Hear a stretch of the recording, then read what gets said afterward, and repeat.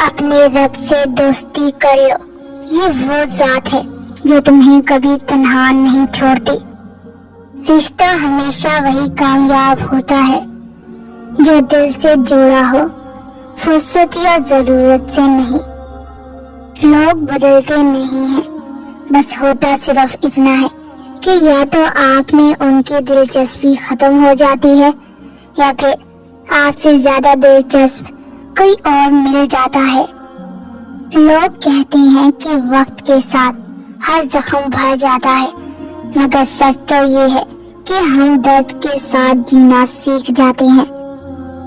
خواہشات اپنی مرضی سے اٹھایا ہوا بوجھ ہیں، اگر اپنی پرواز بلند رکھنی ہے تو اپنا بوجھ ہلکا رکھیں۔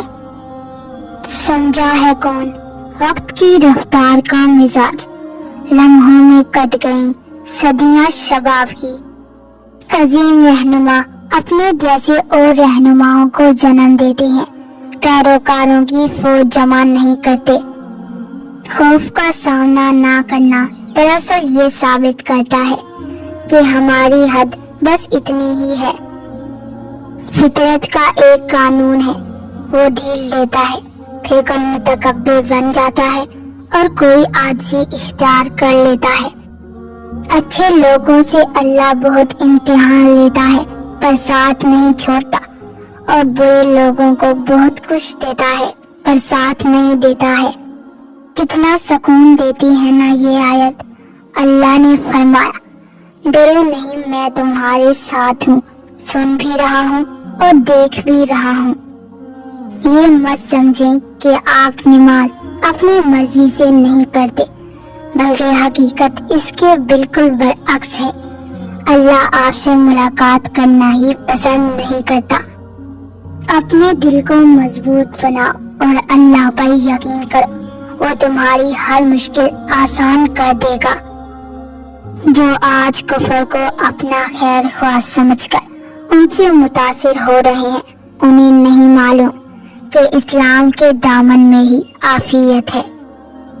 یہ دل ہی تو ہے جو بغیر رکے سالوں سال کام کرتا ہے، اسے سکون دے، چاہے یہ آپ کا ہو یا آپ کے اپنوں کا۔ جب نیت کچھ اور ہو اور عمل کچھ اور ہو تو پھر قسمت کبھی نہیں بدلتی۔ ہم لوگ اپنی نیت لوگوں سے چھپا سکتے ہیں، اس سے نہیں جس نے ہم کو بنایا ہے۔ ایک نسل کی جہالت دوسری نسل کی روایت اور تیسری نسل کا عقیدہ بن جاتی ہے۔ شعور کا پہلا درجہ خاموش رہنے کی عادت، دوسرا درجہ بدتمیزی کا جواب نہ دینا، اور تیسرا درجہ بد اخلاقی کا جواب اخلاق سے دینا ہے۔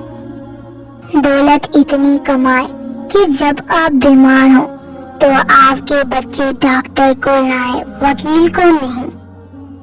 جو رات کی سیاہی سے گزرتا ہے، دن کا اجالا بھی انہیں ہی ملتا ہے، کسی کو ہدایت کی صورت میں اور کسی کو انعام کی صورت میں۔